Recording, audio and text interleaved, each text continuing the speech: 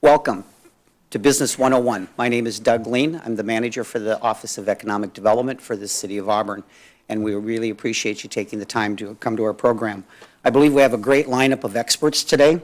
They will be presenting a wealth of information to you and your company for your future use and hopefully to get you a little bit more organized and more profitable.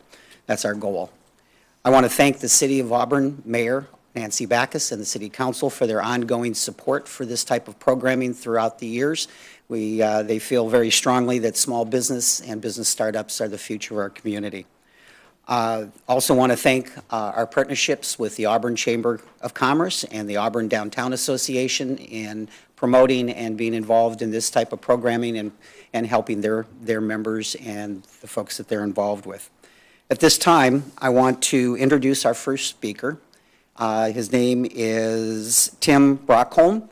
Tim is a professor and management consultant working out of Green River College and will be presenting the title of his program will be Analyzing Market Conditions and Marketing Your Competitive Edge. Thank you.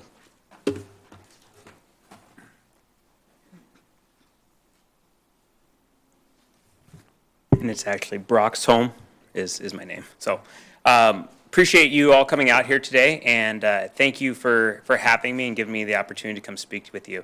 My name's Tim Broxholm, as Doug had said, and I agree with him wholeheartedly when they say, especially in the smaller cities, entrepreneurship and small business is what's going to make your community thrive.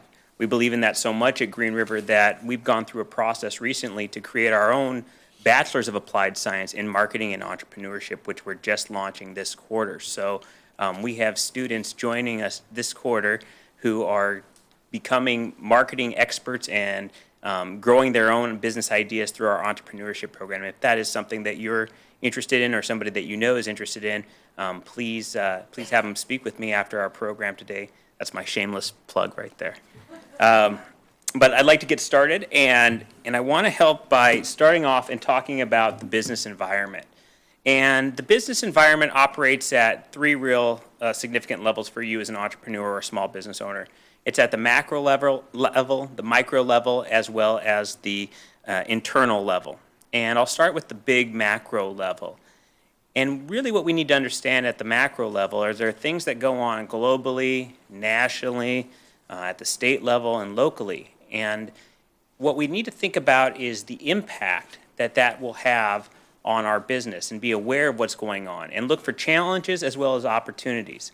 And so I want to give you some kind of areas that I would focus on. First, I would look at the political landscape of either your local political landscape, your state political landscape, and even the national one, and try to determine what's going on at that level and how could that potentially impact your business. And that could be from anything from legislation to taxes to a number of things that can happen that could and may impact your business. Now, the reality is you may not have a lot of control over that, but you do have a choice on how you want to react and respond to that. And being aware and having some foresight to that and some understanding of what that means or could mean to your business will give you a little bit of an edge. Another area we want to look at is the economic landscape. So, for example, as I was coming in today, I was listening to CNBC on my Sirius XM radio, and there's been a lot of talk about what's going on with oil. And we've all seen oil prices dropping and the economic impact of the supply and demand that's happening in the oil industry. And yeah, that might not sound like it impacts you directly, but the economic impacts of that could have some major impact. It could impact your suppliers. It could impact your consumers. You know, if the price of gas goes down, all of a sudden that puts a few more dollars in your consumer's pocket, which may open up their ability to do business with you.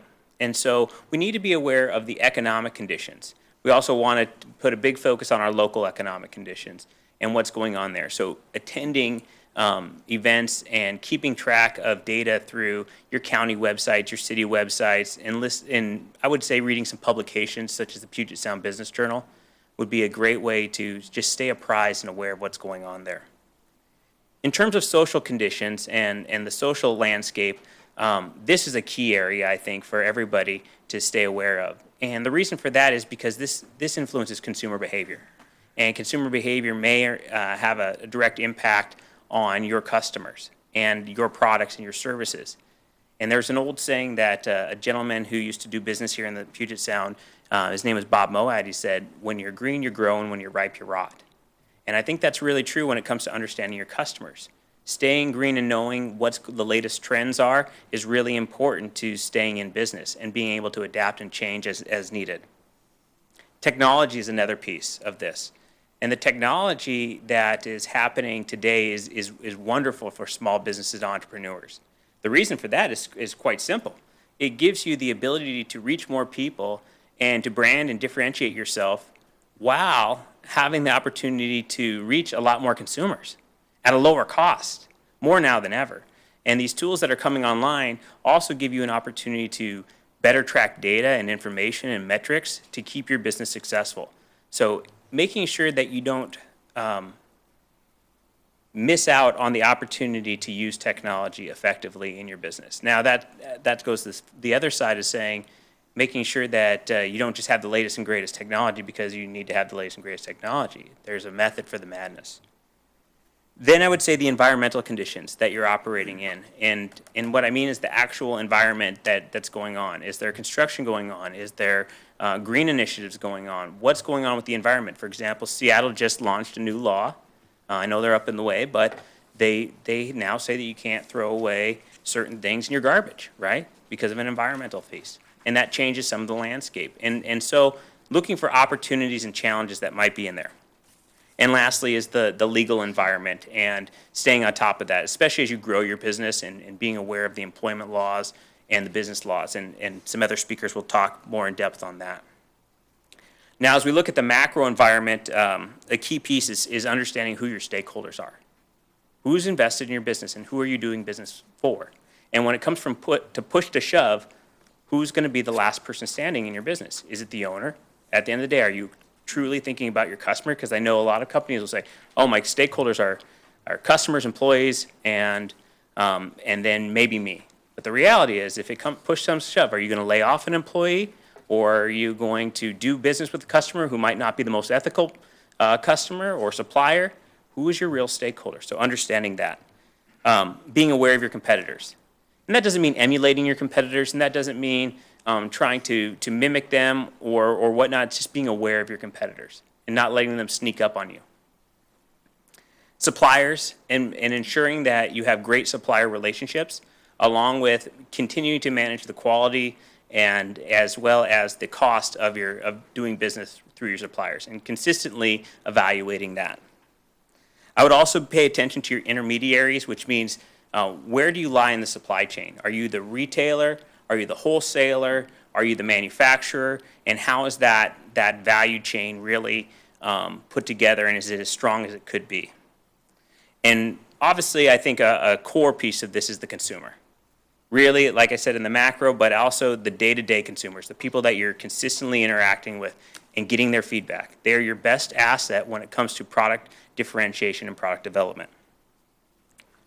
Now, here's what you're really in control of. I think entrepreneurs can learn a lot from television. And if you tune into CNBC, you may have seen a show called The Profit with famous CEO and entrepreneur Marcus Lemonis of Camping World and Good Sam. And he says there's 3 things internally that we have to worry about: people, product, and process, or be aware of. And we want to make sure that we have the right people on our team. We want to make sure that we're having the right products, and we want to make sure that we have the right processes and systems in play. And that's core to your focus for the game that you're playing.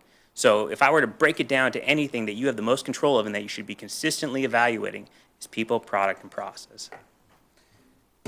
Now I want to move on to how do we apply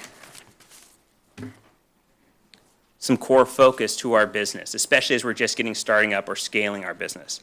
And there's 3 areas that I think are really important. First is value creation. Second would be the profit model. And third is your business logic. And so I want to provide you with some core questions as it relates to value creation. First of all, who are your customers and what is your product or service offering? Can you define that out? And I think that's really important for an entrepreneur or a small business owner to really know those things and be dialed into what that product and service is. And then going to the next piece, which is how does the offering create differentiated value for your customers? The reason they're doing business with you is because you are adding value. That's the whole reason you exist as a business, is to add value through your product and services. So again, I think what we need to look at then is the value chain and what part are you in? Could you take over another section of it? Do you need another partner to really make your product or service that much better, to add more value? So understanding where are you in the value chain. And lastly, what is your go-to-market strategy?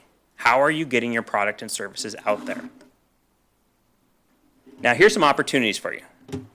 I love when I have my students to always give them some go-forward pieces in terms of what can they do with it or how can they compete. One area is operational excellence. Having the best processes and be most cost-effective. What makes certain businesses better than others is just that they operate better than everybody else, and that's very much in your control. Product leadership. Wonderful thing about small business is you're very intimate with your product. You're very much in tune with what's going on as it relates to your business because you're in it every day, right? And so as a result, you can be a great asset in product leadership and really differentiating what you're offering compared to your competitors or substitute products.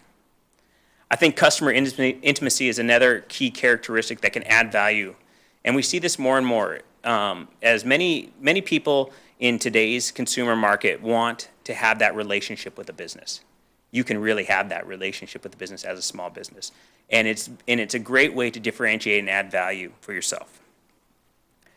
Then we need to take a look at the marketplace. And I see a lot of small businesses today, especially ones that may be in like a downtown area, they want to focus on the bricks and mortar and they don't go to the e-commerce, or vice versa. They might be in e-commerce because it's the most effective at the time, but what if they had a pop-up store every now and then, or got some other ways to really make that connection, that face-to-face connection? So looking at what platforms you're using and what marketplace are you really operating in, whether that's Amazon or Etsy or your own direct site or through a store, thinking about those opportunities that you might have. I keep bringing up the value chain because it is an important component to say, okay, if I have this, let's say I'm a photographer, right? And I'm shipping out my photography books to some other vendor to create that beautiful wedding album. And I'm giving up some value because of that. Could I, or is there an opportunity for me to take that process over so now I own both parts of that value chain? See, now you've created new opportunities for yourself. And you've added more value to your customer because now you really know what they want and need. Second set of questions. No business stays in business without making a profit. That's just the reality of it. And so there's two ways to control your profit. You increase your revenues, or you effectively reduce and manage your expenses. That's how profit grows. And so you need to be thinking about what are your sources of revenue? And are there additional opportunities to get new sources of revenue? What's your cost structure? And I'm sure that some of the other speakers today will give you some ideas to thinking about your cost structure. And what are your key drivers of profitability? What's making you money and what's not making you money? And where are you putting your time in comparison? Lastly, and this is sometimes the most important part before you really get going on building your business if you're a startup, is what's the logic of your business? How will your business meet its profit and growth targets? So thinking that from that strategic nature, and does this business make sense? So with that being said, if you think that you could, again, if you could value from some additional education or opportunities to learn in an applied setting, I would really encourage you to check out our Bachelor's of Applied Science in Marketing and Entrepreneurship at Green River. Or if you need some help with your business, either through executive coaching or organizational development consulting, I would ask that you check out our website at firedupculture.com. All right? I appreciate your time, and I'll be here to answer questions and meet with you one-on-one afterwards. Thank you.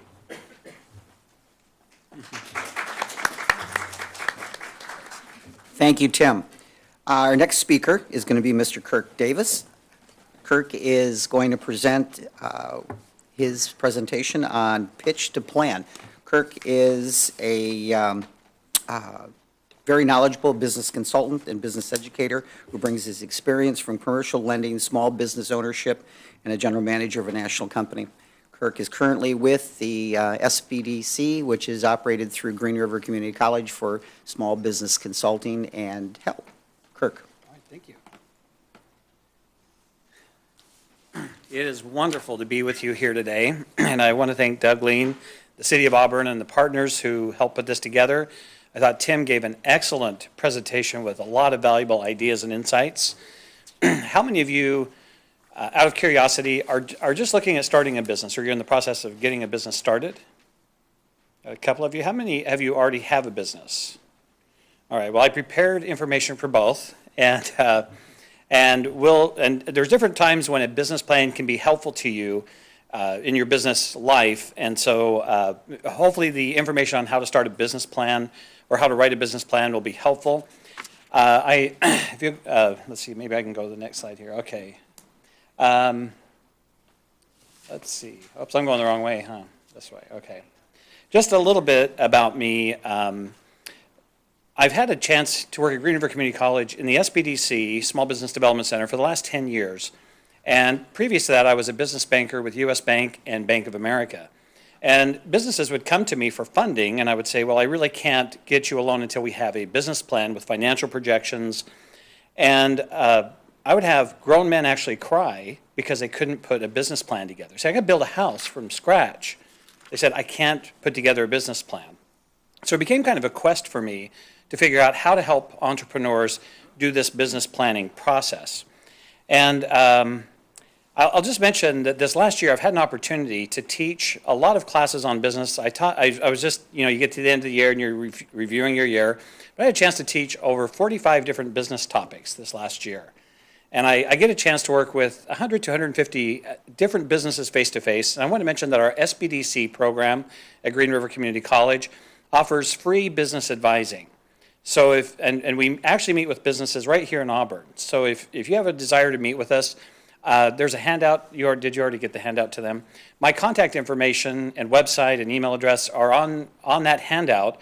And if you are in a position where you would like just a sounding board, some free business advice, we're very happy to meet with you. There's myself and Partik Singh, who are certified business advisors.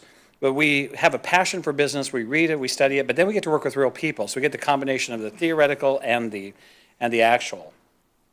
See if I do the right way here. What you're seeing here is a business startup map. And often I'm working with new startup businesses, they just don't understand quite the terrain that they have to navigate. So I'll kind of guide you step by step through this. As entrepreneurs, and I hope we're never done with this, but our business always starts with an idea. And as I watch businesses grow and mature and get better and better and better, I notice that idea process for their business never ends. And it seems like we as entrepreneurs are really always looking, we feed on new ideas. So we're reading the blogs, we're reading the magazines, we're searching websites. And if you're like me on Facebook, I've liked, Inc. Magazine, Fast Company Magazine, Entrepreneur. So I get all these Business Insiders, really fun for me. So I get all of this stuff right on my business stuff, right on my feed. And I'm always saving an article, and looking at how I can incorporate it. But we as entrepreneurs are always looking for ideas. We're trying to build and learn from other people's successes and failures so that we can achieve our goals and our dreams and our vision. That's stage one. Stage two, most important stage, research and homework.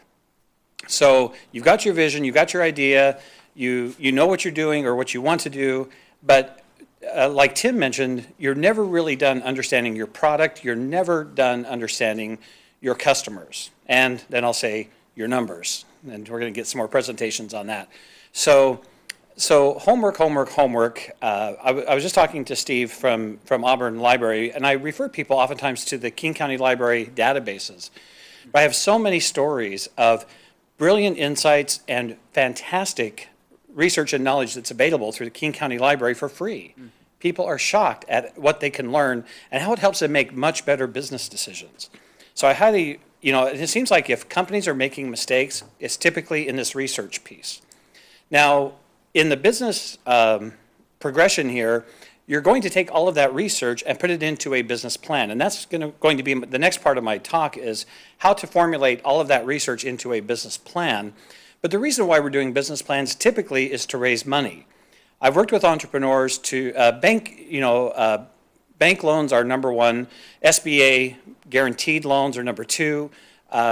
Getting investment money from investors is number three, helping businesses put that together. So I'm working with entrepreneurs to help them put together the business plan, the bank application, or the presentation to the bank and the SBA, or helping them put together a pitch for investors. And it's a lot like Shark Tank, except in real life. I guess they're real life too, but we have to do it sometimes the harder way. But before we go for the money, which is number 5 on the checklist, we want to go through the protection stage, and we're going to have a wonderful presentation about that today. So before we get to asking for the money, I want to make certain that we have incorporated the business, that we have done our trademarks, that we've done our copyrights, our patents, anything that we need to do to protect the assets of your business. It is really, truly a privilege that we live in a country where the laws that protect your ownership of your company are enforced. There are countries where that doesn't happen, and they cannot build wealth in those countries. So the fact that our ownership rights are enforced, I've had companies who get a cease and desist letter because their name locally is very similar to a nationally trademarked company. And we talk to the attorney and say, oh yeah, you have to change your name. You must cease and desist operating with that name because the national trademark is actually protected. So once we get you all protected and set up, then we go for the funding. Now, in this entire process of writing your business plan, doing your homework, you've started a business checkup list. I want to just share, I have a lot of stories to tell you the truth, but one of them is a new company that's going to be opening up in the Kent, Covington area, right? Do you guys know where the new Trader Joe's is? Over on Kent Kangley Road. There's a new business going there called Pie Lab. And it's a wonderful story, a wonderful entrepreneur. I just met with her this morning. But anyway, she has leased the space right next to Trader Joe's. She's 20 steps, her door is 20 steps away from Trader Joe's. Just before Christmas, I stopped at Trader Joe's in my community. I live in University Place, and asked them, how many transactions do you do a month? And it turns out, on average, they were happy to share the numbers. They, on average, do about 50,000 transactions a month. And so I said to her this morning, I said, well, how many ovens do you have? What's the capacity of your business? How many people do you think will take 20 steps from Trader Joe's over to a pie bakery? So anyway, we're pretty excited about that. Location, right, for success. But she's been doing her startup checklist. We've been working on some of the things that Tim's been talking about, operational excellence, how she's going to operate.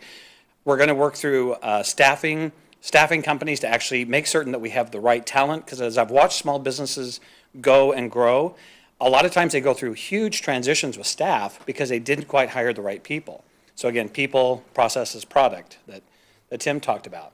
So once we get the funding, we've got the startup checklist at number 6. That seems like sometimes the most painful part, getting the building, getting your website, getting your business cards, getting all the legalities, getting your accounting, bookkeeping all set up. But once we get you all set up, we're in something that a Harvard professor called the first mile stage. The first mile stage is break even. So our question is, from a financial standpoint, how do we go through the numbers, through the financial projections, do the thing that Tim was talking about with revenue? How do we, what's going to drive our revenue? What's going to be really controlling our costs, or how do we control our costs so that we can maximize that profit and hit that break-even point as quickly as possible? Some of you may have heard the rumors that it takes up sometimes 5 years to get profitable in a business. I really don't even like businesses to go more than 3 months without a profit. So we work very closely with financial projections. And so I'll meet people who are really excited about their startup. They're a little bit nervous, and I'll say, because I know when they're nervous, they have not done their financial projections. So have you done them? No. So we get together and we actually work through the financial projections, and then they can calm down, settle down, and say, okay, I need this many customers to get to my break-even point by this point. But now, before you hit break even, you're in a mode called the cash burning mode. And there's something that investors call the burn rate. What is your burn rate on cash before you break even? After you break even, now we're into something called the build rate. And that is, how fast are you building cash? And the whole idea is to have, I've worked with so many businesses that are flat broke or going out of business. I have story after story of businesses that came to me because their attorney, their accountant had told them that you're done, you're finished. And I asked them this question. They're exhausted, they're tired, they've been through everything. And I said, do you have any fight left in you? The answer is yes, they do. And we work them around through, close financial projections, close financial management, good marketing practices, good operational practices, back to this place, stage 8 of growth, because we get them back into having cash build up in their accounts. They reinvest that to increase the capacity of their business. But then they really achieve the realization of the vision that they started out with in stage 1. So I'd like to go to the next slide here to show you a quick way to write a business plan. I was just talking to one of my colleagues. There are 26 SBDC advisors like myself in the state of Washington. And I was asking him, how long is it taking your clients to write a business plan? He said, too long. And as a banker, my experience was it was taking 6 to 8 months for most people to write a business plan. And when I started at the SBDC, I found that same process. So I was researching, what is the way to do this? And I came across a couple of sources of great information. One was this idea that you see on the top here, pitch then plan. And that the other one was a book written by Guy Kawasaki, I don't know if you've heard of him, but it's called Art of the Start. And he also recommends this same process. He's probably got the best information on it that I could find online or in books. But the idea is that you're going to actually create your investor pitch, if you will, before you create your business plan. So many people get in trouble because they write their business plan to the best of their ability. It's still pretty much crap. That's a technical term. And then they can do their financial projections and go, oh, wait, I'm not making any money. And they go through this 4 to 6 month process of tweaking the financials, tweaking the business plan.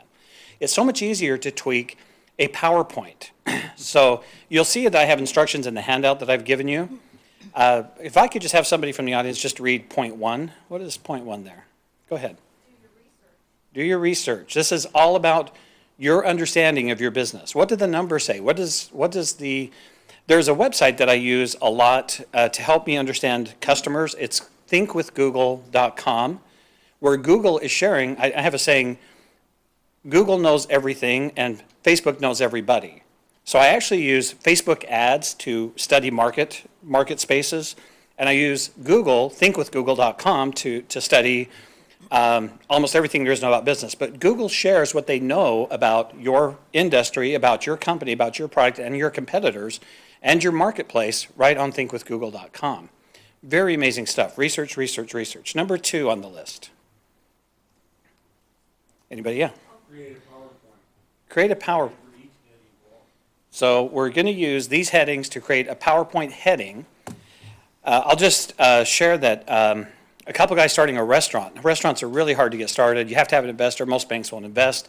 But we built a PowerPoint based on these 10 topics. And after we built it, I thought it was good. I didn't hear from them again. And that happens to me a lot. We get you going. You guys are just too busy to check back home. But 3 years later, somebody said, hey, I'm headed to this restaurant in Seattle. I said, really? And so I called them up. They go, yeah, we got the money, we got the investment thanks to your presentation. We're doing great. So it's really fun. But these headings are answer the major questions that an investor has, or a bank, or the SBA. So what this does is it tells the story of how and why you're going to be successful. All right, if somebody would read that third bullet point.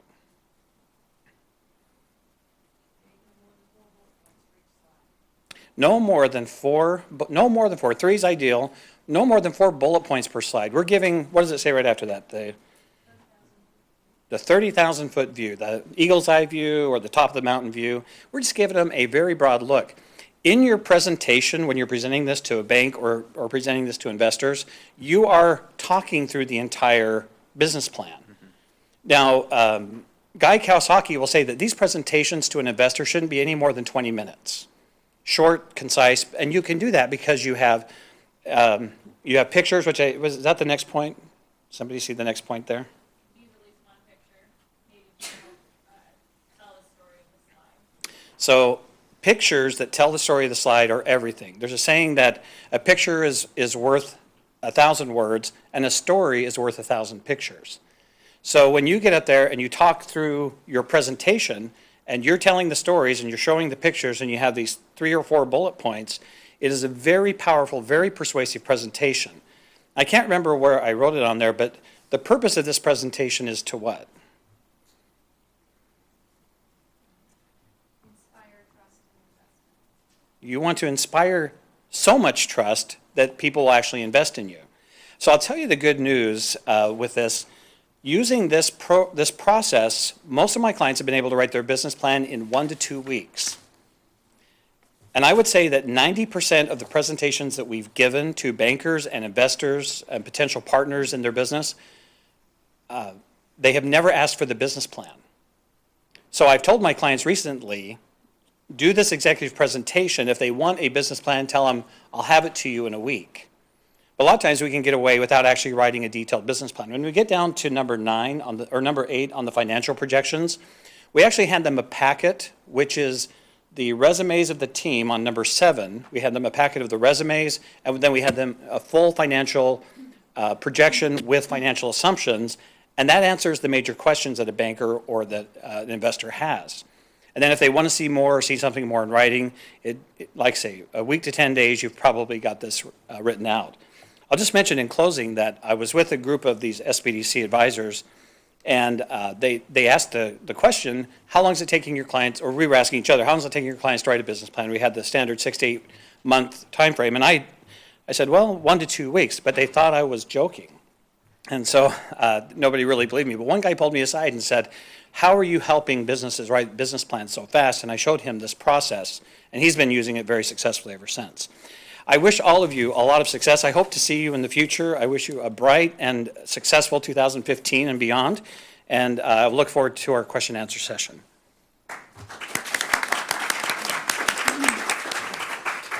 Thank you, Kirk.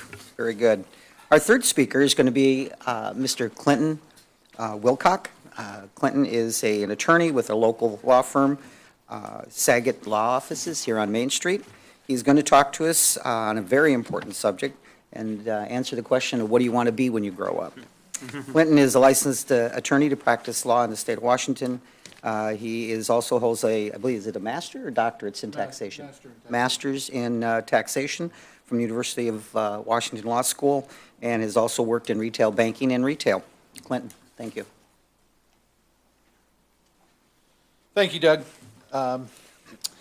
So when I talk to somebody who's in the position where they're starting up a business, frequently they've already gone through the kind of steps that Kirk's talked about, and now their concern is just, well, let's get the legal stuff nailed down so I can get busy. And most of the time we can help them once they have the decisions made to get this thing done very rapidly. But when they start asking me, okay, so this is what it is we're going to be doing, what kind of business entity should I be looking at? The first question that usually comes out of my mouth is, well, what does your accountant say? And sometimes I get the blank stare, and they start, well, what does the accountant have to anything to do with it? And I tell them, you have the opportunity now to decide just how much you're going to pay in taxes and for what reasons. When we start talking about the entities, really the legal decisions are very clear cut, but there can be some very, very serious tax considerations that may say we turn right instead of left when we're making these decisions. So if they haven't already hooked up with an accountant, we usually have 3 or 4 that we can recommend, and we'll even make the introductions if they have to. And once they get that settled, then we sit down and we start going through these considerations. And typically, the first choice that you run into is a sole proprietorship. I don't recommend these. Basically, what you've done with a sole proprietorship is you've made a decision to really not set up any entity. And from a legal standpoint, that's the kind of thing that makes members of my tribe pull out their hair and start screaming, because you've just set yourself up with enormous liabilities. And I've even dealt with some businesses where people start saying, well, I really don't think that my liability is going to be that great. I have a dog walking business. Okay, you have a dog walking business, but something to consider is you've also got this home that you've paid for. You own it outright. Maybe that's the only real asset you own other than this business that you're trying to build. And I can talk to you about any sort of parade of horribles that would come up, and you might think that some of them might get extreme, but really they're not. In 12 years of practice, I've seen an awful lot of things that you would never think would be the sequence of events, and it's exactly what happened. So maybe you're out walking Susie Smith's prize Pomeranian one day, and you're in the crosswalk, the signal's with you, but now you've got a drunk driver who comes through. Well, you managed to get out of the way, but the dog didn't. Well, you'd think that maybe your liability shouldn't be so much on this, but frequently in a situation like that, you've got people who have very strong emotional attachments, and as soon as you start talking about strong emotional attachments, you're also talking about big dollar signs that somebody, usually a member of my tribe, sees when they hear about what happened. So, while you can certainly protect yourself with insurance, it's not the complete package, because even if you have the highest level of liability coverage that you can get, insurance companies will find ways to not pay on claims. They will find ways to not defend on claims. And that's not a knock on them. They have a business to run just like everybody else. And, things happen where, for whatever reason, maybe you weren't covered for what happened or something similar, which is why the liability protection is important. And a sole proprietorship simply doesn't give that to you. The next choice, if you're doing business with somebody else, then maybe what you're considering is a partnership. They can be very complex. You can run into a situation where you never intended to have a partnership, but because nobody really intended anything and nobody took the steps to set anything up, now you're in a partnership by default. And the problem with partnerships is the liability for what's done by your partner is also your liability. There are some variations on that you can choose to put yourself into, maybe a limited liability partnership, but then there are limitations on who can do what in those kind of arrangements. And again, if it's a business, maybe it's two guys who have a fly fishing shop that they opened up together, they generally want to be able to have the same amount of control worked out between both of them. So from that point, we usually go ahead and move on to the more preferred choices, and I've broken corporations into two separate designations here. The first, and the one that most people think of when they think of businesses and corporations, would be a C corporation. Typically, this is for a larger company. Maybe they're publicly traded, so they have more than 75 shareholders. That's usually the limit. Again, there are some variations on this, but not too many. The thing that makes a C corporation be a not so attractive a choice for a lot of businesses, especially small businesses, is the double taxation consideration.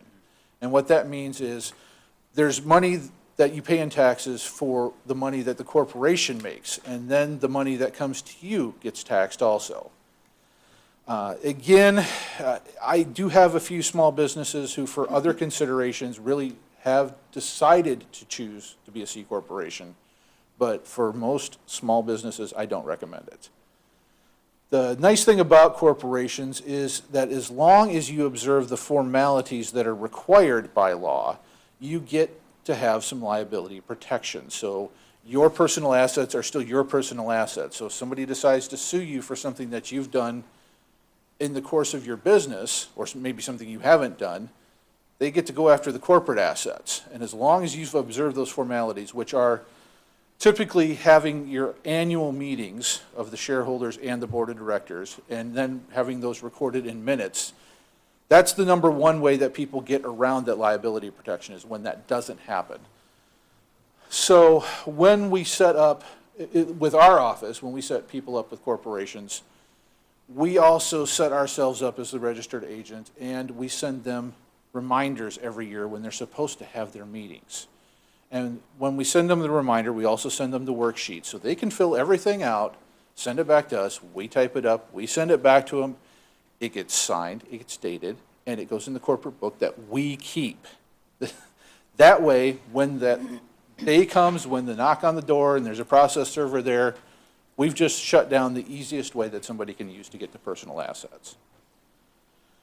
Now, the more common one that we end up using for an S corp, or for small businesses, is an S corporation.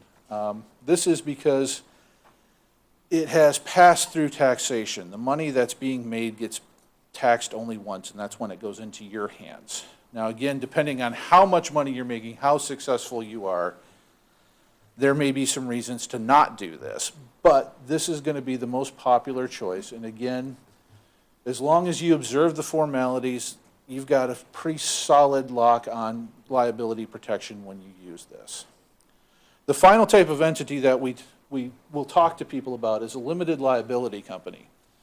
And despite the name limited liability company, this is actually a species of partnership. It's kind of one of these weird little hybrids. It's actually under the partnership section of the RCWs as its own separate subchapter. You can have an LLC with just one member, which is one of the things that, like I said, it's the weird hybrid kind of deal. But typically, one of the things I really like about the LLCs is we don't have the annual requirements for meetings that typically you have for corporations. This makes governance a whole lot more easy for business owners, especially with small business owners. We find, you've got enough just keeping your business running and keeping your hands full, managing staff, whatever. Keeping up on these things, even when we're helping you, can be very difficult. And if this is the right option that you've worked out with your CPA, this is really much, much easier to run. Now, one of the things that I do caution people about is you will hear a lot of lawyers say that it has the exact same liability protection as a corporation. My response when I hear something like that is maybe. And the reason I say maybe is we do not have the same body of case law backing up LLCs that we do with corporations, especially regarding this question. It's really more of an assumed thing. I've never seen a case where it's actually been tested, but because it's never actually been tested, I can't tell people that with 100% certainty. But really, once you make these choices, there are other things that we love to help people with. Sometimes you have to sit down and actually work out an employee manual because you've got staffing issues and people are different and there are ways that you want to try to make things uniform for the business. At some point, you're going to be leasing space before you actually build or buy on your own if that's something that you're working towards.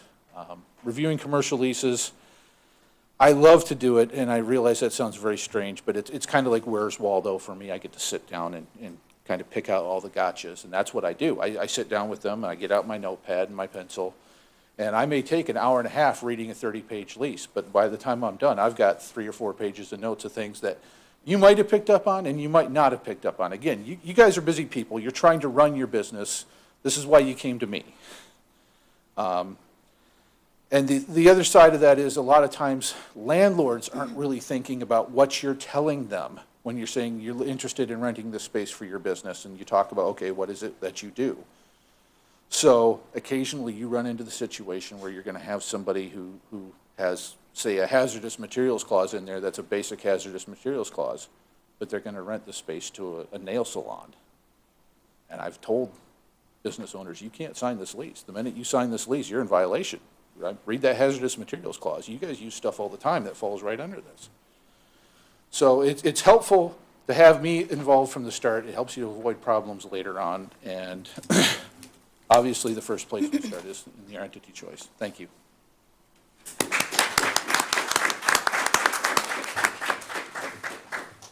Thank you, Clinton. That was very informative. Our next speaker is going to be Maria Bagocious. Maria is an associate with a local CPA firm, Fitchett, Benedict & Clark, here in Auburn. She's going to talk about the very important subject of where did my pennies go. Maria is a QuickBooks certified pro advisor, has 19 years experience in teaching and the use of that type of accounting system. She also teaches accounting at Green River Community College. Maria.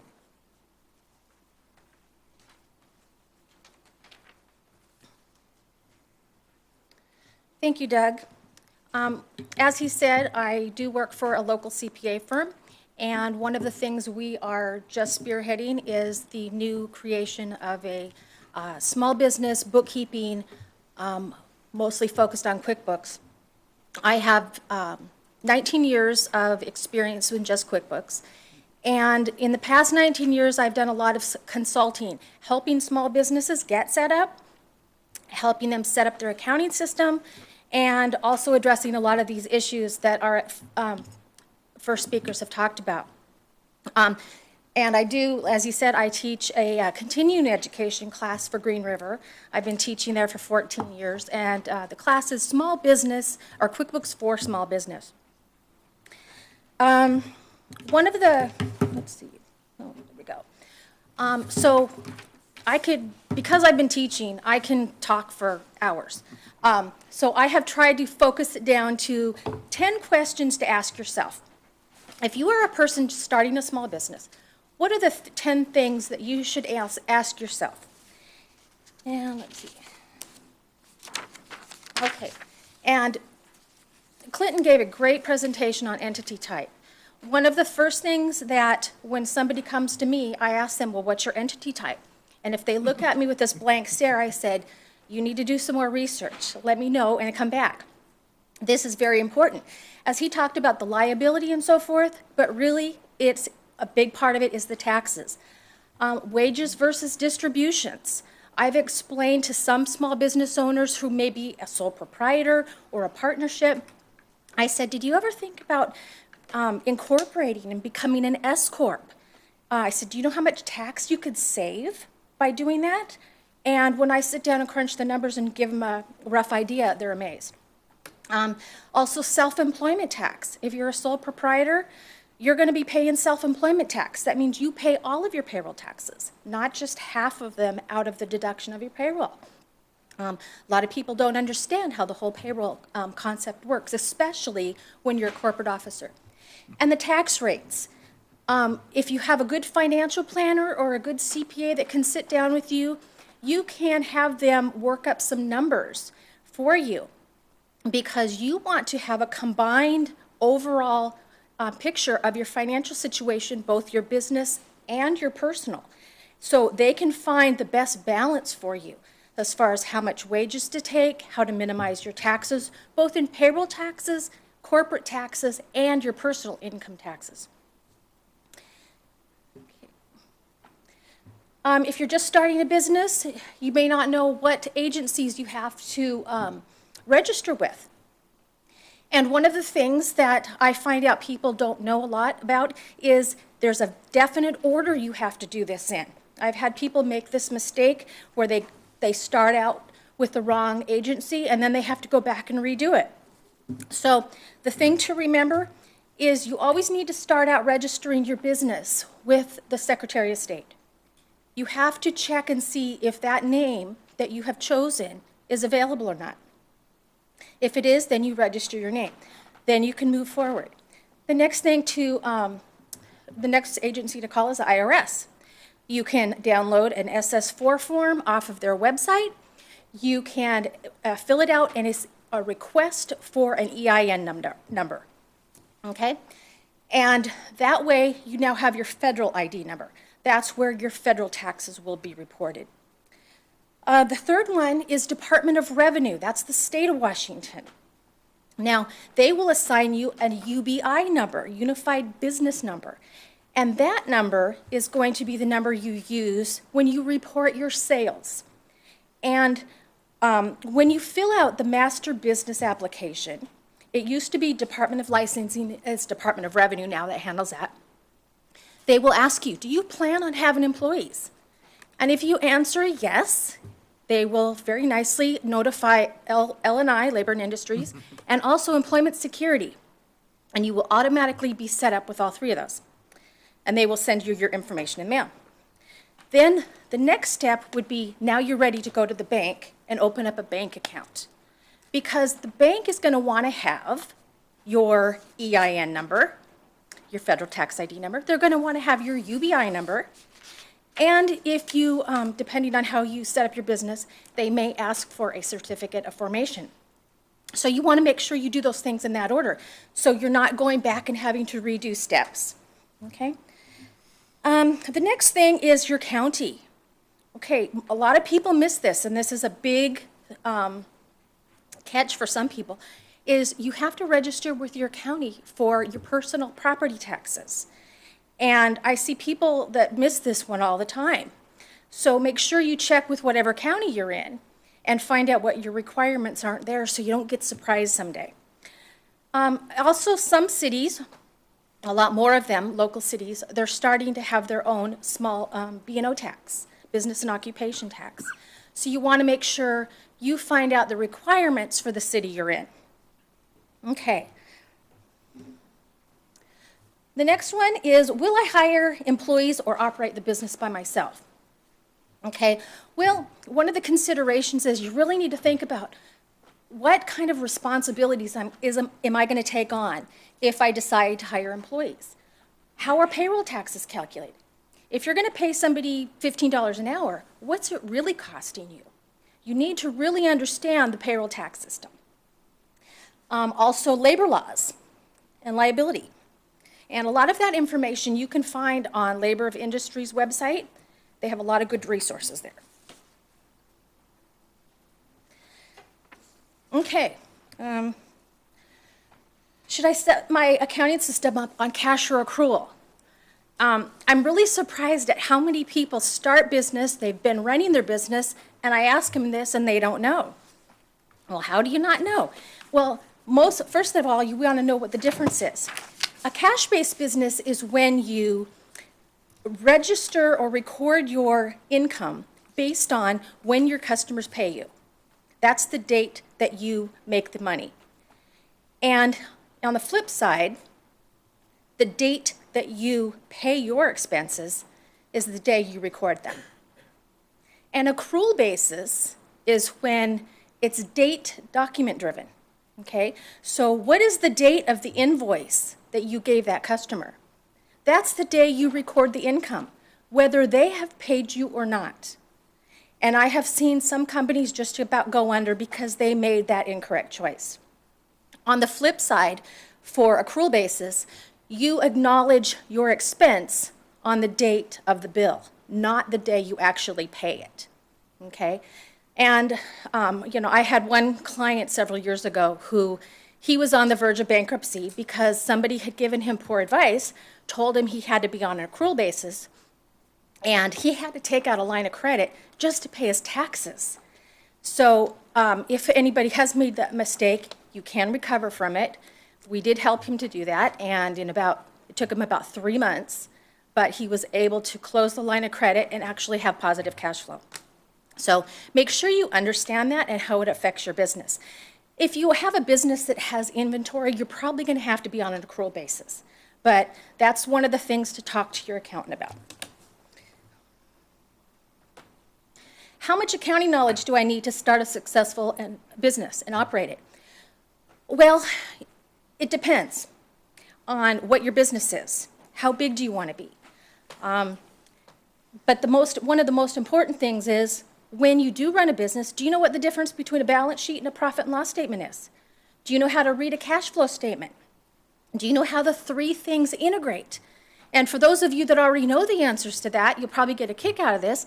I had this one client, and it seemed like every year I would give him his profit and loss statement. He says, I couldn't have made that much money. I don't have anything in my bank account. So we have to sit down and say, okay, this is a balance sheet, this is a profit and loss. And oh yeah, now I remember. So you really want to understand that. As a business owner, you need to know how to read your own financial statements, okay? And let's go to the next screen.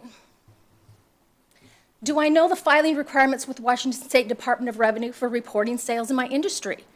And is my industry required to collect sales tax and remit it?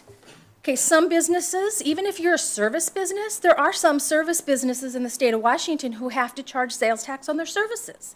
It's not just about product. So you need to do the research, just like these gentlemen were talking about. You need to do your research and your homework and find out, what taxes am I going to have to pay? Now, the state of Washington, they charge, if you have to pay sales tax, you pay the tax on your gross sales, not your net profit. So you could be losing money and still have to pay your taxes to the Department of Revenue. You also need to do some research as far as what category do I have to report in. You may have to report in multiple categories. You may have to make sure you set up your accounting system so it divides up your sales into the right categories so you don't have this really painful process of trying to prepare a return. You want to know what, if you're entitled to any specific deductions. For example, one that a lot of people don't know about, if you manufacture or supply any kind of materials to the aerospace industry, there's a small business tax credit for that. And a lot of people, leave it on the table. Do you qualify for a small business credit? If you're a small enough company and your sales are below a certain amount, you can get some of the business and occupation tax deducted. Do you need to pay other categories like litter tax and utilities taxes? What is, all the different things that might pertain to your industry? And so even if you don't have to collect and pay sales tax, you're going to still have to pay business and occupation tax. So you need to know what your category is and what the rate is, because that portion is coming out of your pocket, okay? Do I know how to audit-proof my business? Quite a few years ago, I took a class that was given by a CPA, and it was eye-opening. The things that he taught us, how you can write things off as business expenses, and you would be going, no way. But it's really wonderful because if you know the rules and you know how to properly document everything and maintain a good accounting system, then you can write off a lot more things than most people realize. So you also want to make your business audit-proof for example, if the IRS comes in and audits you, they may be looking for, say, somebody you hired as a subcontractor, and they'll go, no, this guy's really an employee. You have to pay back payroll taxes on this person. Or if the Department of Revenue comes in and looks and audits your books, they may say, we want to make sure that you paid sales tax on all these pieces of equipment you purchased. And there's different things that different agencies look for. So one of the things you need to know is which ones look for what, and how do I prevent that from falling through the cracks where I might end up getting caught, making a poor choice. One common mistake I see so many people make, they say, I keep my credit card statements and my bank statements and it shows where I've spent all my money. That's not good enough. They want to see the actual receipts. They want to see what you bought, did you pay sales tax, and then what's the total. Okay, did you buy this stuff at Home Depot and it was really personal? And did you pay tax on it? So it depends on who's looking at it. The other thing, in the last probably 10 years, those thermal receipts, okay, they fade. Well, usually you're not going to get audited for a few years. And you go back and you pull out all your old records and open them up and they're all blank. If it's important enough to keep, you should be scanning it or photocopying it, because those thermal papers will not save you. Okay, next one. What kind of accounting system should I use? Well, I prefer QuickBooks. I've been working with it for 19 years, and it is used by 92% of small businesses in the country. It's a very good program. It's easy to use. And as long as it's set up properly, you can use it, forever. It's wonderful. And like I said, I've taught this at Green River for 14 years. I've worked with a lot of people who don't really know anything about accounting, but they know their business really well. And we teach them how to get it set up and how to use it and do it accurately. There are a lot of people out there will say, oh yeah, I know QuickBooks, I can set your books up for you. Be careful. Oops. What professional advice should I seek to successfully start and operate my business? Well, the hint, get professional advice during your startup to avoid costly mistakes. Like the gentleman I told you about who was on accrual basis instead of cash. Like Clinton talked about, make sure you're the right entity. And a lot of people think, that's too expensive to hire somebody to come and tell me what to do. Well, don't think of it as an expense. Think of it as an investment in your business. And then I just had some suggestions. Always be proactive in researching your industry and your competitors. What's working for them, what's not working for them? What can you offer your customers that your competitor can't? Don't be afraid to ask for professional guidance and have a team of experts already set up. This is financial planners, bankers, accountants, attorneys, any kind of special professional advice you might need. And know business, not just your business. in the last 19 years, I have seen so many businesses fail because somebody gets irritated and says, you know what, I'm tired of working for that guy. I'm going to go into business for myself. And they're really good at whatever they do, but they don't know how to run a business. They don't know all the rules and regulations and things like that. And so it's really important that before you dive into that pool, make sure there's water in it. Make sure you know what you're doing. Identify your strengths and weaknesses that could contribute to your success or failure. Okay, you know what your weaknesses are, you know what your strengths are. If it's something that you know how to do, but you just don't like it, and you're gonna put it off and you may get yourself in trouble, find somebody else to delegate it to. Find somebody that loves to do that and have them work with you on that. Okay, develop procedures and schedules for all aspects of your business. Now, this is something that Tim talked about, is having an organized plan, setting up your internal systems. It's very important to help you stay organized and avoid problems such as missed deadlines, lost sales, missed appointments, and customer follow-ups. Okay, paying your taxes is one of them.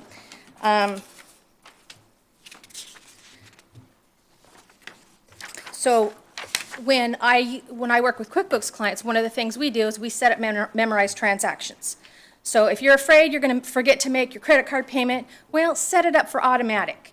So you don't have to stop what you're doing, go pay your credit card bill, and then, worry about late fees and all that.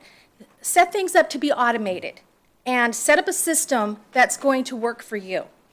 One of the things you want to do is identify the cracks where things can fall through. And then it's going to be a constant work in progress that you're going to be adjusting your systems so you don't have any of these issues come up. If you already have started your business, it's never too late to get your accounting records on track. I've worked with a lot of businesses. They contact me after several years and they say, I need help. It's a mess. What do I do? It is not that big of a problem to get things cleaned up. It may be time consuming, but it's not difficult. And one of the things that, at least with the QuickBooks clients I work with, is very, very seldom do you ever want to start over. Okay, it's better to clean up what you have. If you stop and start over and start a new set of books, that can cause more issues. So you don't want to do that. So you want to choose success over failure, but the most important thing is to have fun in your business. You're doing this because you're passionate about what the type of business you have, what you want to do. So you want to make sure you're having fun at it. Oops, I'm on to the next one. Okay. So I look forward to the Q&A session. And also, if anybody is interested in that list of 10 things, I do have it available on our website at fbc-cpa.com, and it's under the Resources tab. So if you wanted to print off a copy of that, go to our website. Thank you. Thank you, Maria. Our final presenter is going to be Melanie Norton, who is with the U.S. Small Business Administration. Melanie is an economic development specialist for the SBA out of the Seattle District Office and covers this area of South King County, working to promote the agency's brands and services, marketing, and outreach team. Before coming to the SBA, she led all the marketing and media communications activity for the U.S. Peace Corps on the West Coast. She also has had lengthy stints in communication experience with several advertising agencies and nonprofits. She's going to be speaking to us on Show Us the Money. I'm sorry, I didn't mean that. Who is the SBA? Thank you.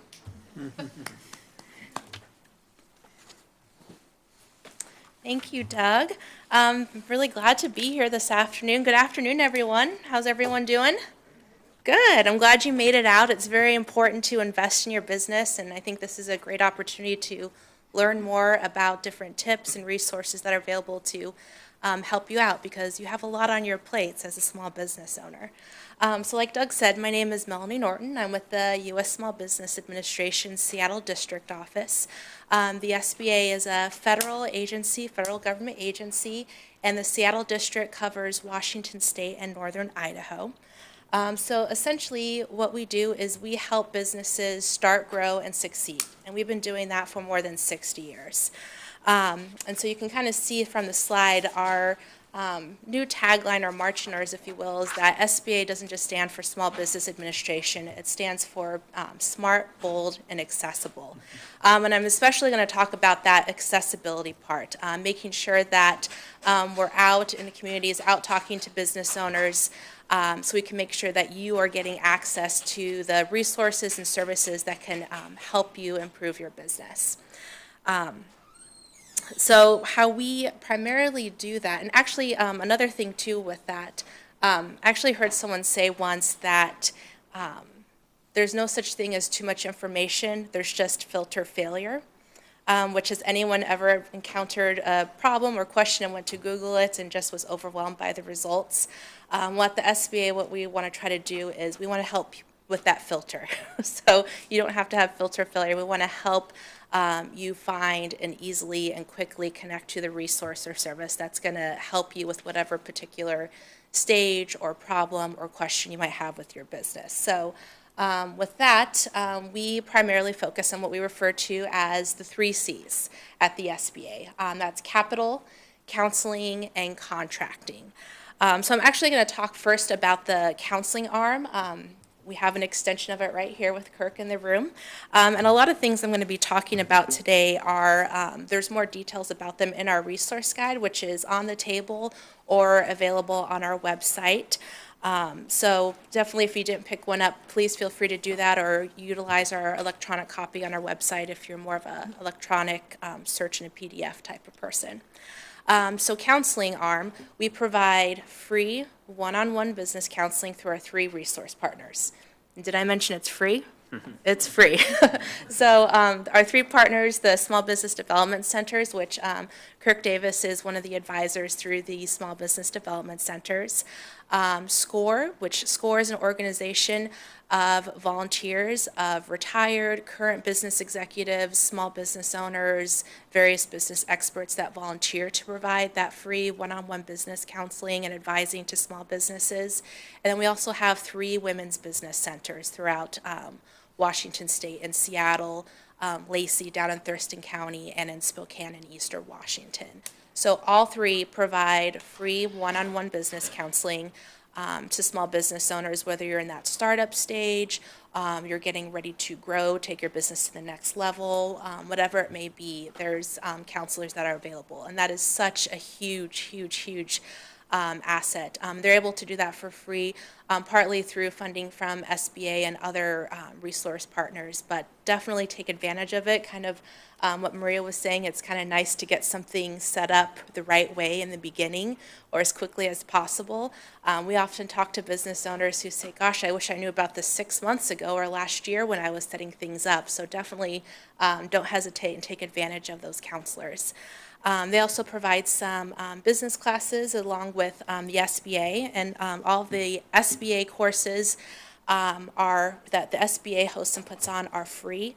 And we also try to provide information about other free resources, classes, workshops, webinars that are provided. For example, the one that you're sitting in right here today through the City of Auburn, we're going to be posting some of their future series on our website because we really, since we are a federal agency, we want to try to provide that safe learning environment, sort of that no cell zone, if you will. So oftentimes you can come in and know that you're getting free, unbiased education for small business owners. And actually, we were talking, Kirk was talking about the research part, how there's a lot of resources at your library that are free and accessible with a library card. It's funny he should mention that because tomorrow, if you want to pick up a blue flyer, part of our workshop series that we offer, we are having a DIY market research that's being put on by the Seattle Public Library, which has connections with the King County Library System.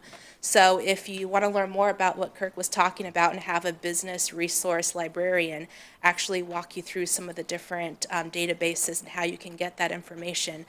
Tomorrow afternoon, we're going to have that, and that's just one example of the type of classes we try to provide for free by bringing in experts. You sort of have heard the saying that it takes a village to raise a child. Well, it takes a community to support a small business, so everyone in this room and a lot more are invested in that, and so we try to work together with them. So some of those workshops are another example of the counseling services we provide. So those are going on an ongoing basis, also available on our website, the www.sba.gov/WA for Washington. There's a handy little calendar there that you can see what's coming up, not only from SBA, but other partners in the community. And a couple top-level counseling or educational opportunities that are coming up that I will just kind of note, so you can maybe put a little mark in your calendar that they're coming up.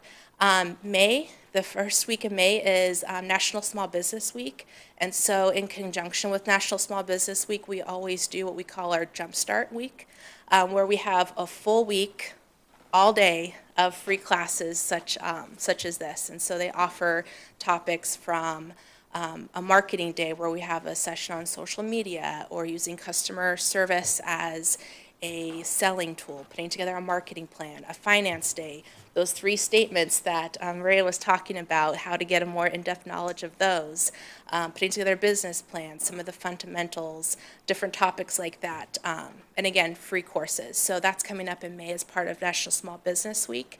And a second one that I'm going to mention because it's actually prime time that we're here today talking about it, it's our SBA Emerging Leaders Program. And so this is something, I think it's going to be the 6th year now. We're just going to be starting the application process for this program, but Emerging Leaders is a mini MBA program, if you will, that SBA puts on.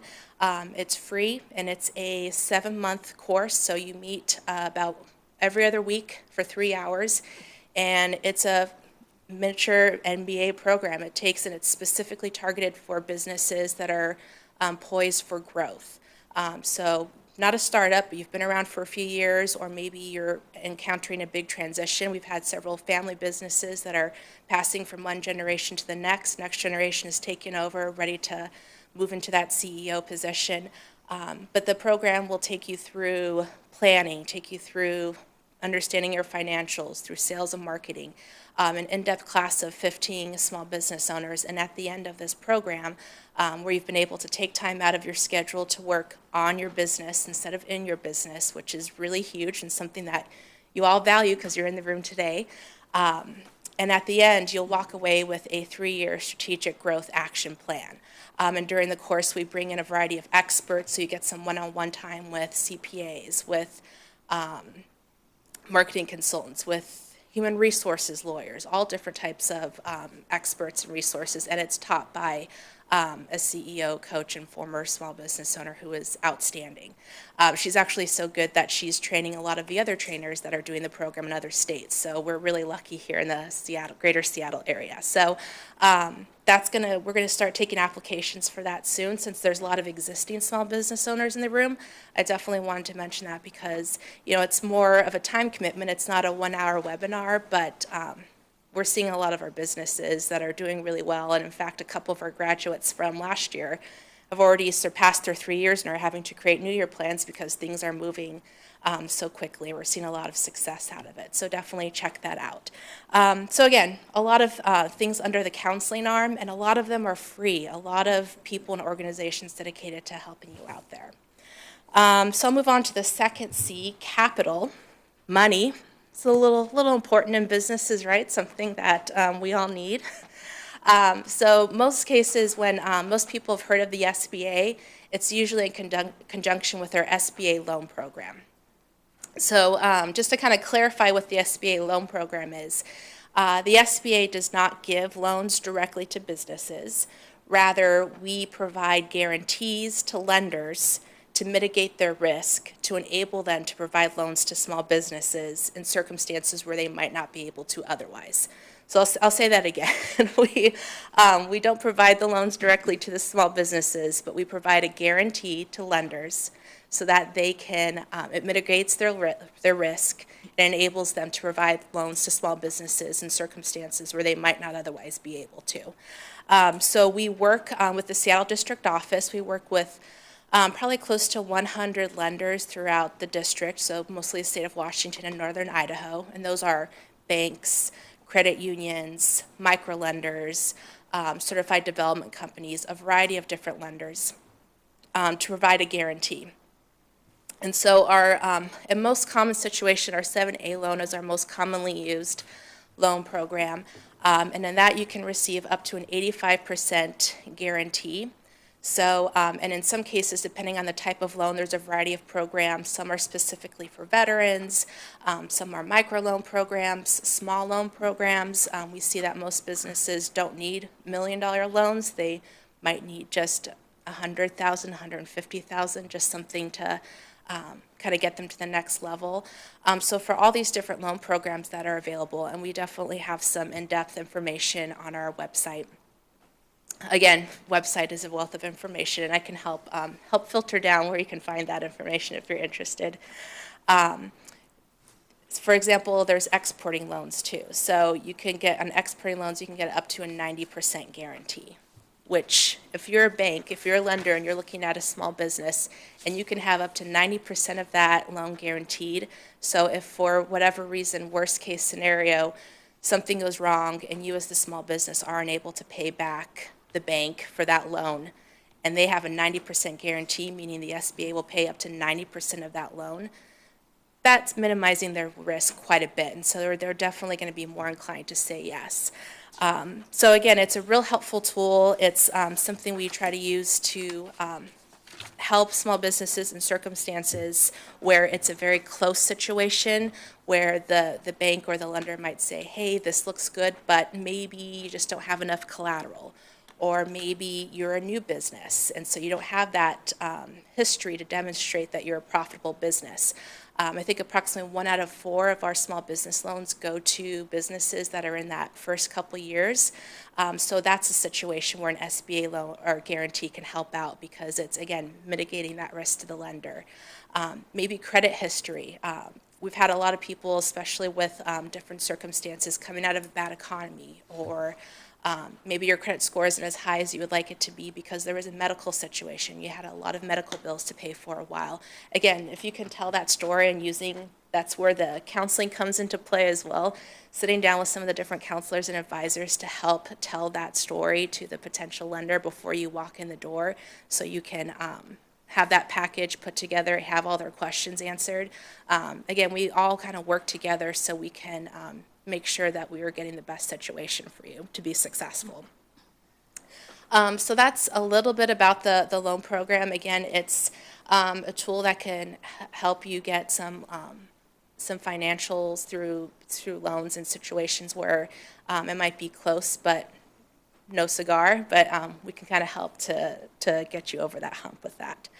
And then the third C is our contracting, so helping small businesses get access to government contracts.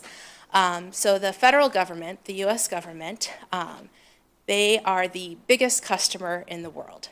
They spend billions and billions of dollars every year on everything from paper clips to airplane parts.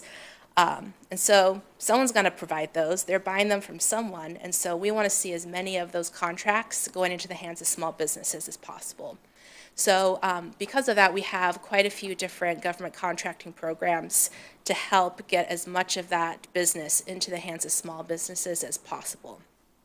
So some of the ones that are administered, and there's different levels. There's the federal government, there's state government, there's local government, regional government, so there's all different levels that you can do government contracting. Some of the SBA-specific programs focus more on the federal end, just given that it's a federal agency.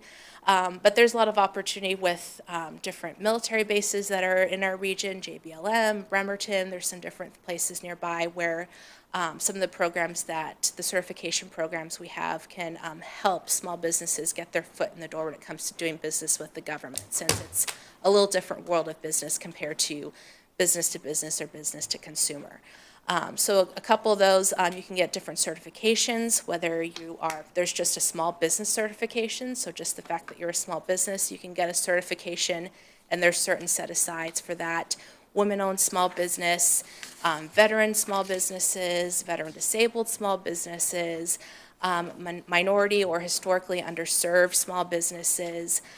There's even what we call a hub zone, which is a historically underutilized business zone. So it could just be the fact that your business and most of your employees are located in an area that, based on Census Bureau information, is considered a historically underutilized business zone.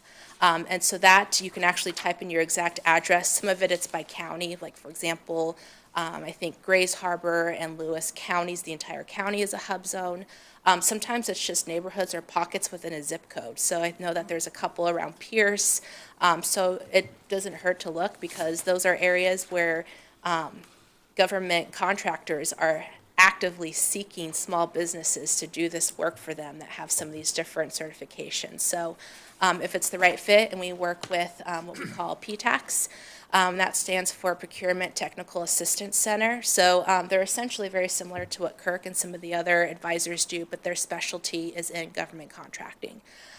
So they can sit down, help you decide, is doing business with the government right for me? What's the market research specific? What's the government buying? Are they buying what I'm selling? What's the historical numbers? Who are they currently buying from? When is there going to be another contract up for bid? Some of that information, they can kind of help you. The same process you would go through with your business in the business sector, but how it translates into the government sector. So again, those are the 3 C's that we primarily focus on. We have some kind of auxiliary programs like disaster loans. For example, when there was the mudslides up in the Oso area last year, wildfires throughout the state this past summer, we provide disaster assistance loans to small businesses who were affected by some different natural disasters. We also have an advocate, so if you're having a problem and it's maybe something that's not just unique to your business, but a particular area, or maybe within the industry, you and other small businesses are having a challenge that you would like to have your voice heard, we have an advocate that will also listen to those, which can also help, because again, you're busy looking at your financial statements and doing payroll and many other hats. So that's another way that we can help voice an opinion. And since the SBA is an independent federal agency, we answer directly to the White House. So we kind of have some shorter lines of communication to get some of those concerns heard from the small business owners. So again, there's different things that we can do there to help you out. So this was just sort of a quick summary of the different things we focus on. But if there's one thing that you take away from today, I would add a 4th C to our 3 C's, and that's connected. So stay connected with us. So up here is all the information, and my business card is available too. But again, our website, sba.gov/WA for Washington. Probably the best and easiest way, if there's one action item you took away from my presentation, subscribe to the SBA Reporter. That's our weekly newsletter that goes out every Wednesday morning, and it's produced by our local office, so it's specifically geared toward services, resources, success stories, everything that's out of this district. So you're going to have event notices, news, trends, different success stories from different businesses, tips, kind of some of those filter failure tips where, hey, did you know that this is available? Or kind of that you don't know what you don't know. So we try to provide different information about services and resources that are available. I think one great example we worked with through Washington State, they have a program, a shared work program. So for example, if you had a coffee shop and business is going well, you have some good employees, and then suddenly construction goes up on your street, and it's kind of blocking the entrance to get into your coffee shop. And so for the next year when construction's going on, you're really struggling, and you have good employees, you don't want to let them go, but you just don't have the sales during this short-term particular problem to get through it. There's programs through the state where you can cut back on your employees' hours, but they can help complement the salary that you'll have to deduct, so your employees get to take home the same paycheck. you get to reduce their hours so you can save some money until construction goes away and business picks up again. And then you can kind of, it's similar to unemployment, but not quite, but it's specific. They call it a shared work program for some of those temporary situations. I mean, really cool programs that how on earth would you know that was out there? Because I work in government and I still don't know every single department that exists throughout there. So how on earth would a business owner know that? Well, that's what we try to do, is go out, mine those different resources, and put them in your inbox once a week in a very easy way. So that's my one pitch. That's the one action item. I know, homework when you come to something like this, but hopefully it's an easy one. And then our address, we're located right in downtown Seattle, my contact information. Again, the website has a wealth of information, but I think our newsletter is a great way to stay abreast of some of the different things I talked about today. And, again, that accessible part of we're accessible. Please feel free to call me, email me, come up and talk to me, ask me some questions in a few minutes. We're all here to support you. Our staff is filled with former small business owners, or we've worked for small business owners. We all are customers of small businesses. We want to see you succeed. So please reach out to us, and we're going to do what we can to help you. So thank you for allowing me to talk to you today.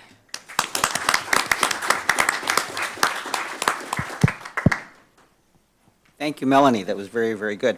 We're going to move into this point in the program right now where we're going to open it up for a little while on question and answer. We've got obviously a list of all the speakers' names again. So we have a young lady here. Barb is going to come around with the microphone, and just raise your hand and we'll pose your question and to who you're asking it for. Do we have any questions? This question is for Melanie. I'm Laura from the Downtown Association. That shared work program, is that a loan from the government, or is it more like unemployment where it's, I mean, how does that work? I could, if you want to get me your email, I can send you the article, because they have a video and some information. I don't know it off the top of my head, but I could locate it and send it to you, and so it'd have those details. Actually, I can answer that for you. I was a former HR director and used the program during perfect. the downturn in the economy. And so, no, it is not a loan. It works with the state through Employment Security Department. And what it does is it allows you to maintain your employees. You reduce their hours. The reporting is really important there. And where they supplement is they supplement through the unemployment insurance, really is what it has. Now, it's not a dollar for dollar match. So your employees will maintain some salary, but it isn't the full deal. But it really does help through some tough times. Yes, sir. We use the program, the shared work program, through the recession, and it goes for a period of time, and there is substantial reporting on the hours and whatnot. But what your employees end up with on the deal is there's a differential between their 40-hour work week and what they actually worked. And if, say, there's a 10-hour difference, they get paid a portion of that. They don't get paid all of it by any means. The bad news for the employer on this particular program is that it goes against your experience rating, and you'll pay for it for the next 5 years. Mm-hmm. So it's good to get you through and help you maintain and retain your key people, and we actually did that. All of our key people still work for us. But we're paying for it right now. We just got our new... We're on the downhill side of it now, but we've still got about 2 more years to work that off. So just FYI. Up front here. Rich?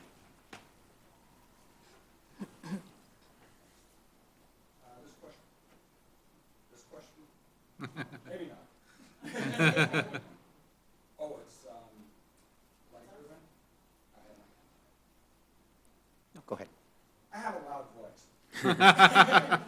This question is for Mr. Wilcox. Could you explain the difference between a LLC and a PLLC? A PLLC is a professional LLC. That's going to be reserved for businesses like lawyers, doctors, professional engineers, companies like that, where they are licensed through the state, but it's an actual professional license, not just an occupational license like you'd find in some other professions like barbers and cosmetologists and things like that. Is there any liability differences? Not so much a question of liability differences, but for some of those professions, if you are set up as a professional limited liability company, I know like with attorneys, one of the requirements that the statute then has is we are then required to carry, I believe it's still $1 million in E&O coverage to have that professional limited liability company versus a professional corporation like we have with the PS. And then my next question is for Melanie. I live in the architectural world, and the small business threshold, I believe, is 7.1 million right now, which is a huge architectural business. Is there anything to get that more realistic so natural small business has a shot? In terms of the size standards that you're Yes. talking about, that would probably be a good question that I can connect you with our regional advocate, because I think that the Office of Advocacy works on updating those size standards. So that would be the starting place that I could connect you in. Yeah, so I'll, yeah, make sure I'll get you my card and I can connect you with her about how we can better address that. Any other questions from the audience?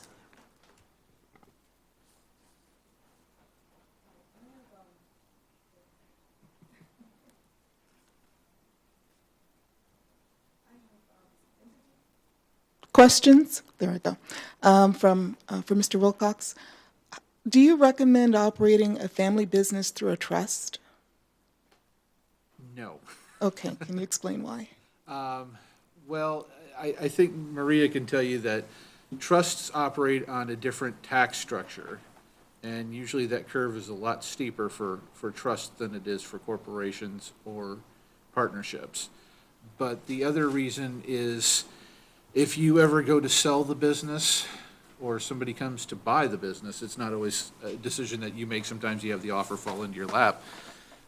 You're going to have a whole different set of headaches and troubles in working through a trust than you will with a corporation or an LLC. Okay. And then what about the social venture capital model where you have the for-profit business that feeds, I guess, their tax deduction money into a nonprofit? Can you speak about how? You know, I've read a little bit about them, but I really haven't done a lot of research on them. Okay. So that, my honest answer is I really can't speak to it very much. Okay, thank you. Any other questions at this time from the audience? Okay. We're going to, a couple of things I want to point out. This program, starting in January, was Business 101 workshop. This is a series of programs we're going to do and offer throughout 2015. Our idea was that we would use this platform and as an introductory panel of all the different pieces of the puzzle of starting a new business or expanding your existing one. So in February, for example, that program is going to be specifically on developing a business plan. And Kirk is going to be back and a couple other panelists, and they're going to drill through down into the detail of developing a business plan, not just a 15-minute overview. March is going to be on finance and legal and accounting. Going to get in a lot deeper on corporate finance, business finance, and accounting and that type of stuff. In April, in April, we're going to how to do business with the government. You know, the SBA is going to be a big partner in that. We'll have somebody here from probably the state and the county on how to you as a small business can access and what you have to do, you know, like for doing business with the city of Auburn. Particularly in the professional area and accounting and engineering services, we open it up once every 2 years and develop a list of companies that are on that list to be notified of RFPs when they come out. Marketing, and June will be interesting. At that point, I think we're going to drill down into human resources and insurance issues. That's a big deal on hiring and what you go through in those areas. So throughout the year, we're going to do more in-depth, drilled down type programming. So we hope you can join us for those in the upcoming months. This program and the following ones will be edited and made available on our website through the City of Auburn. and that will, we maintain these videos so you can go back and refer to them if you have questions, and hopefully that'll be a resource in a lot of companies that can't make it off during the day. We get quite a bit of activity on those programs. I've got my mouse back. I'm dangerous. Again, in the back of the room, we have copies of today's program. There is a complete speakers list with their complete bios and all of their contact information, how you can reach them if you have a direct question, and quite a bit of other material either supplied by them or here on the City of Auburn. If there's anything that we can do to help in the future, our contact is obviously quite available, and we're here to help. And we want to thank you for being here. And our speakers will be around for a little while here afterwards for some one-on-one if you have some questions. Thank you for attending.